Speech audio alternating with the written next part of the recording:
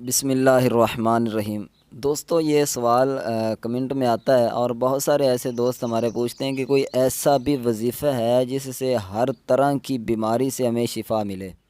تو بالکل ایسا وظیفہ ہے اور بہت ہی آسان سا وظیفہ ہے۔ اگر آپ کامل یقین کے ساتھ، پکے یقین کے ساتھ اس پر عمل کر لیتے ہیں تو انشاءاللہ اللہ کے فضل و کرم سے جتنی بھی جو بھی مرضیں ہیں، ہر مرض سے آپ کو اس وظیفے کی برکت سے شفا ملے گی۔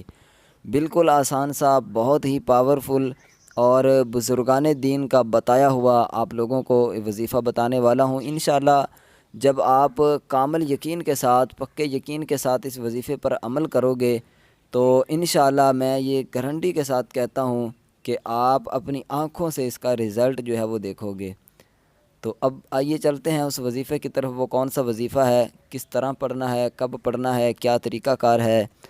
تو وظیفہ آپ نے کیا کرنا ہے، یا سلام، ٹھیک ہے، یا سلام 101 مرتبہ اول آخر 3 مرتبہ درود شریف پڑھ کر، یا سلام 101 مرتبہ پڑھ کر مریض کو دم کر دیں یا مریض خود پڑھ لے، انشاءاللہ اللہ کے فضل و کرم سے شفا ملے گی۔ یا اس کے علاوہ مریض کو پانی پر دم کر کے پلا دیں، ٹھیک ہے، اور چلتے پھرتے یہ وظیفہ جو ہے وہ پڑھتے رہیں ڈیلی 101 مرتبہ۔ یہ تو لازمی پڑھنا ہے، اس میں کیا زیادہ سے زیادہ 5 منٹ آپ کے لگ جائیں گے، ٹھیک ہے۔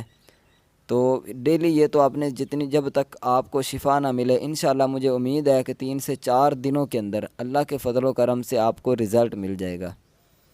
تو آپ نے جب تک آپ کو شفا نہ ملے آپ نے یہ وظیفہ پڑھتے رہنا ہے۔